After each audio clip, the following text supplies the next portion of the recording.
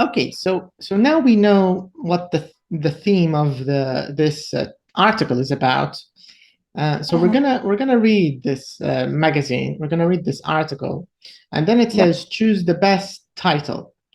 So we're allowed to choose only one of these three titles. But first, can you please read these three titles?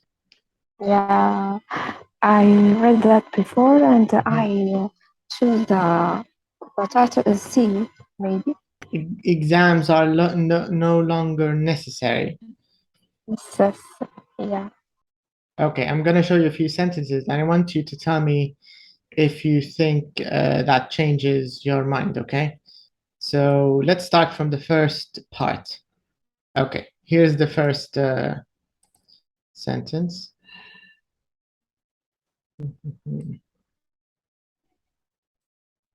And the key word is the last word, original. And what do you think it means? So this is one part. Let me see if there's another part. And this is another sentence. Traditional something. So this is another one. Okay, the other one is okay. Here it is. Okay, إذا في واحد تحت. All right, so let's come back to this word, original. Original. What do you think it means? You will never come up with anything original. Traditional. Actually, interestingly, ironically, original is an opposite of traditional. It's actually an opposite. So what do you think it means?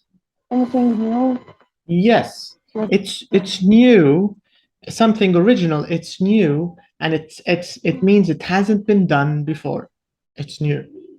So if you say this is an original design, it means there's no design like it. This is the first of its kind. Creative or something like that. It's related, obviously, if you want to produce something, an original drawing, an original painting, and not a copy of someone else's. So original, in a way, it can also be the opposite of a copy of something else. So an original, it means it's the first, and then people copy the original. So this is original, right? Okay, read the next one. Read the next little part here. Very simply, we should try to develop learning environments where they are encouraged to be creative. Okay, so this is another part. Now read this little part here.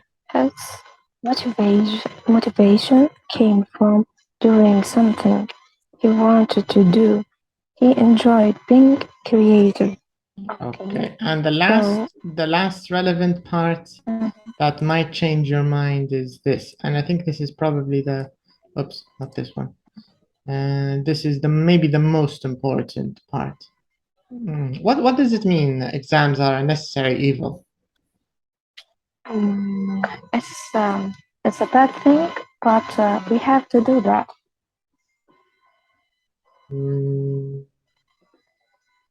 Okay. Okay, I'll give you another hint. Take a look at this one. All headings are correct. I think this is the correct answer. What is? All headings are correct. All of them are correct. They can't all be correct. Yeah.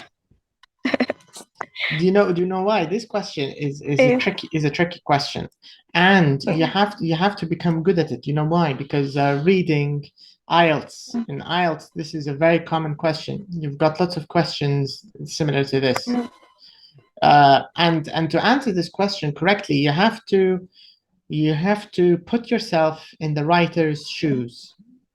You have to be this writer and think to yourself, what is he trying to sell me? What is he trying to say? What's the idea? That because every piece of writing is an advertisement to the writer's mind.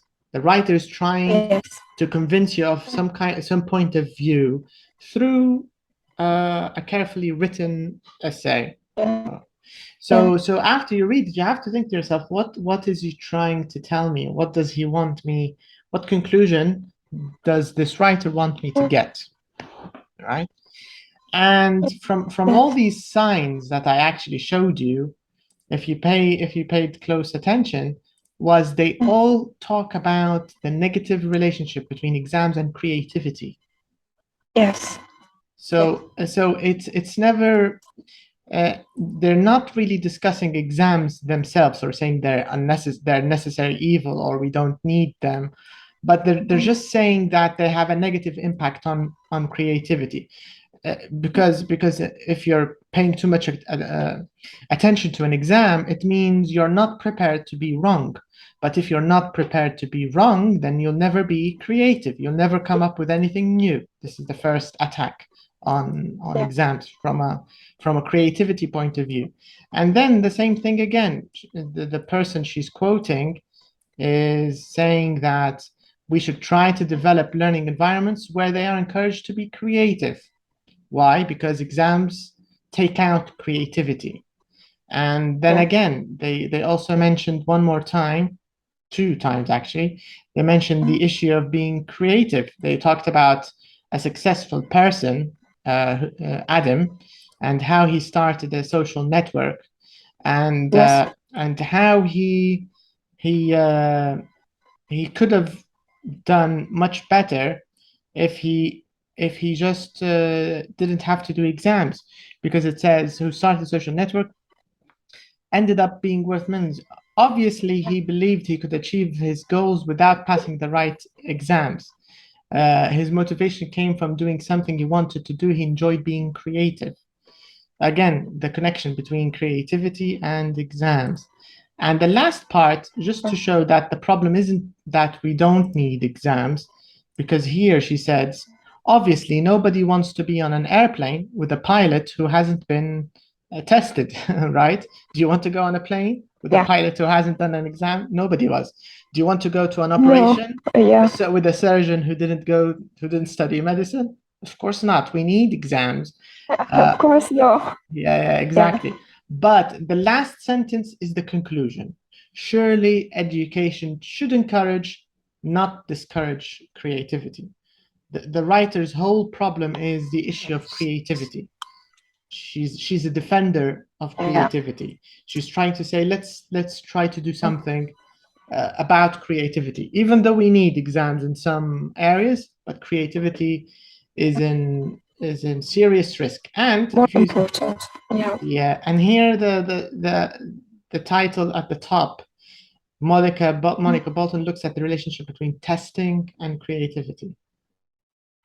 All right. So this is how you can put yourself in the writer's shoes. Try to look between the lines and find out what they're trying to say. Yeah. So probably B is the best title here. Are you convinced, or you still want to use A and C? Okay, I got it. Okay, and I understand now. All right. Okay.